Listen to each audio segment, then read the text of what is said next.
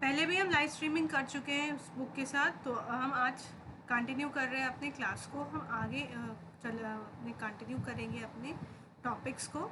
ठीक है, तो इस लाइव क्लास के थ्रू हम फाइनेंशियल मैनेजमेंट पढ़ेंगे एनसीईआरटी बुक से, क्लास 12 स्टूडेंट्स के लिए। तो चलिए करते हैं स्टार्ट।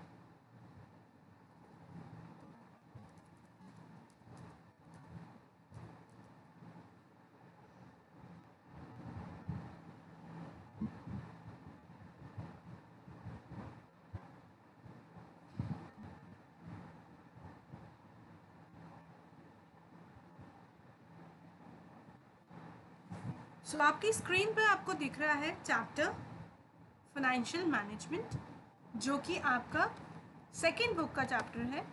ठीक है, और ये बुक काफ़ी स्टूडेंट्स को टफ लगती है, बट अगर आप अच्छे से इसको समझेंगे तो ऐसा कुछ भी नहीं है। टॉपिक्स को, कॉन्सेप्ट्स को क्लियर करके चलेंगे तो ये बुक भी आसान है। ठीक है, फर्स्ट बुक की तरह।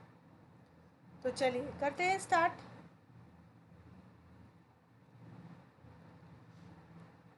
सो लास्ट क्लास जो हमारी हुई थी लाइव स्ट्रीमिंग, वहाँ पर हमें लिया था हमने कंटिन्यू इंट्रोडक्शन हो गया था, फाइनेंशियल मैनेजमेंट भी हो गया था, मीनिंग ऑफ बिजनेस फाइनेंस हमने कवर कर लिया था, और आज हम देखेंगे ऑब्जेक्टिव्स। ठीक है, हम क्या देखने वाले हैं आज? ऑब्जेक्टिव्स की बात करेंगे। सो बिजनेस को फाइनेंस की ज़रूरत क्यों होती है? बिजनेस को फाइनेंस की ज़रूरत होती है अपना जितना भी ऑपरेशन है उसको करने के लिए। ठीक है, हमने बात की थी हर फाइनेंस जो है वो is central to running day to day operations of business. Like material ख़रीदना है, बिल पे करना है, सैलरी देनी है, ठीक है, एसेट्स खरीदनी है, फैक्ट्रीज़ में इन्वेस्टमेंट्स करना है, बिल्डिंग में इन्वेस्टमेंट करना है, ऑफिस में इन्वेस्टमेंट्स करना है। तो इन सब चीज़ के लिए हमें क्या चाहिए? हमें चाहिए फाइनेंस। ठीक है, और इसी फाइनेंस की जो हमें ये जानना है कि जब हमारे पास फाइनेंस आ जाता है तो उसका मैनेजमेंट कैसे होना चाहिए।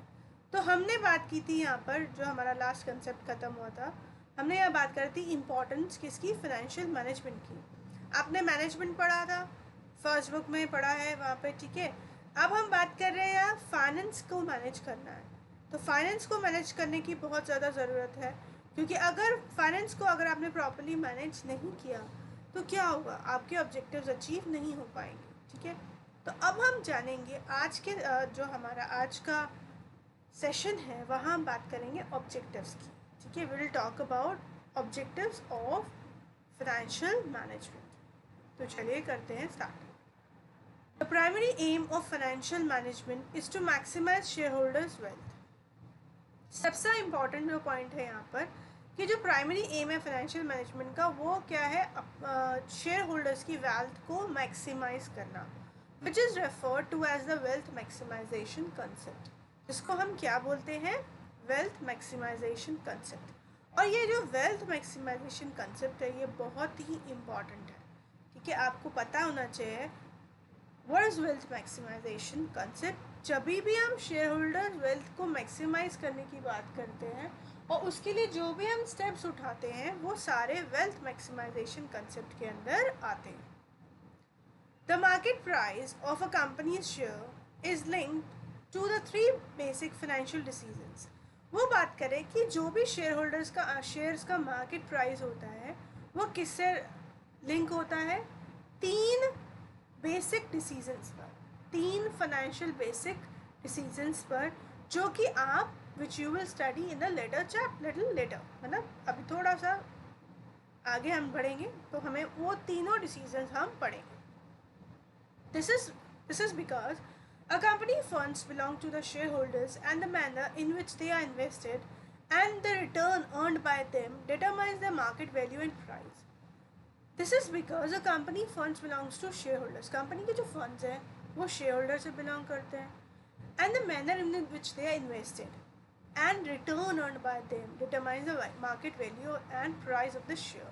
किस तरह वो इन्वेस्ट हुए और किस तरह उन पर रिटर्न्स आ रहे हैं, उसके बेस पे किसी भी कंपनी के शेयर की वैल्यू या प्राइस पता चलता है। It means maximisation of market value of equity shares. इसका मतलब क्या है? हम बात कर रहे हैं इक्विटी शेयर की जो वैल्यू है उसको मैक्सिमाइज करने की बात यहाँ हो रही है.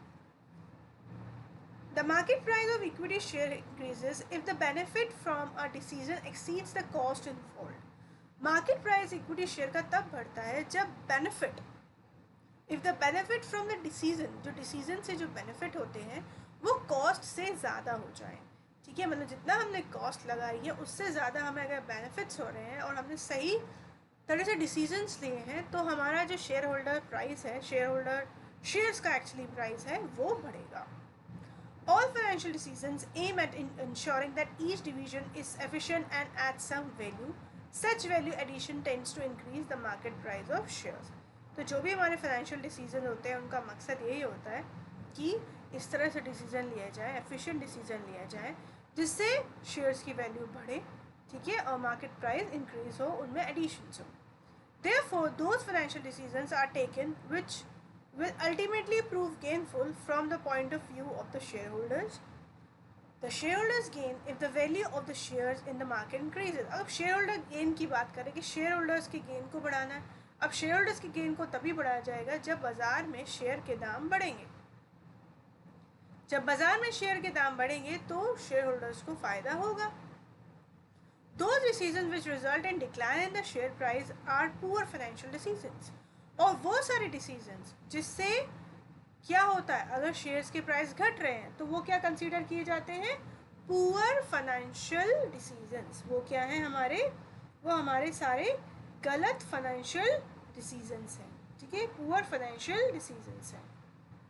Thus we can say the objective of financial management is to maximize the current price of equity shares of the company or to maximize the wealth of the owners of the company, that is the shareholder. Thus हम कह सकते हैं कि हमारा जो objective है financial management का वो क्या करना है, वो मैक्सिमाइज करना है current price of the equity shares of the company और इक्विटी शेयर्स की करंट प्राइस को बढ़ाना और जो वेल्थ है ओनर्स की उसको मैक्सिमाइज करना. तो दोनों सेम ही चीज़ है कि वेल्थ मैक्सिमाइज तभी होगी जब मार्केट में हमारे कंपनी के जो शेयर के दाम हैं वो बढ़ेंगे.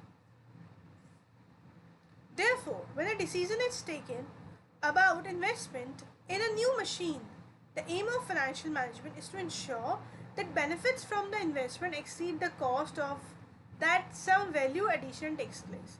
Therefore, जब भी डिसीजन लिए जाते हैं इन्वेस्टमेंट के लिए, न्यू मशीन में कोई इन्वेस्टमेंट करना है तो हमारा जो एम होता है फाइनेंशियल मैनेजमेंट का वो देखते हैं कि जो उससे जो बेनिफिट्स हैं, इन्वेस्टमेंट से जो बेनिफिट्स हैं वो कॉस्ट से ज़्यादा होने चाहिए. हमेशा इन्वेस्टमेंट्स के जो बेनिफिट्स हैं वो किससे ज़्यादा होने चाहिए, कॉस्ट से ज़्यादा होने चाहिए. ठीक है, तो बेनिफिट्स जो हैं, रिटर्न्स जो हैं, that must be more than the cost. Similarly when finance is procured the aim is to reduce the cost of that so that the value addition is even higher. और जब भी finance को इकट्ठा किया जाता है, मतलब पैसे, जब हम पैसे को इकट्ठा करते हैं डिफरेंट सोर्सेज से, डेप्ट से या बोरोड फंड से या ओन फंड से, तो हमारा लक्ष्य होता है कि हम कम कॉस्ट करके या कम कॉस्ट पर फाइनेंस को अरेंज करें जिससे हमारे जो वैल्यू एडिशंस हैं वो ज़्यादा हो सके. ठीक है, कम कॉस्ट पे फाइनेंस लाएं, उसको उस पैसे को सही जगह लगाएं जिससे इन्वेस्टमेंट ज़्यादा हो और शेयर होल्डर्स वेल्थ मैक्सिमाइजेशन हो, शेयर होल्डर्स शेयर्स जो प्राइजेस हैं शेयर्स के बाजार में वो उसके जो दाम हैं वो बढ़ सके. Okay, in fact in all financial decisions major or minor, the ultimate objective that guides a decision maker is that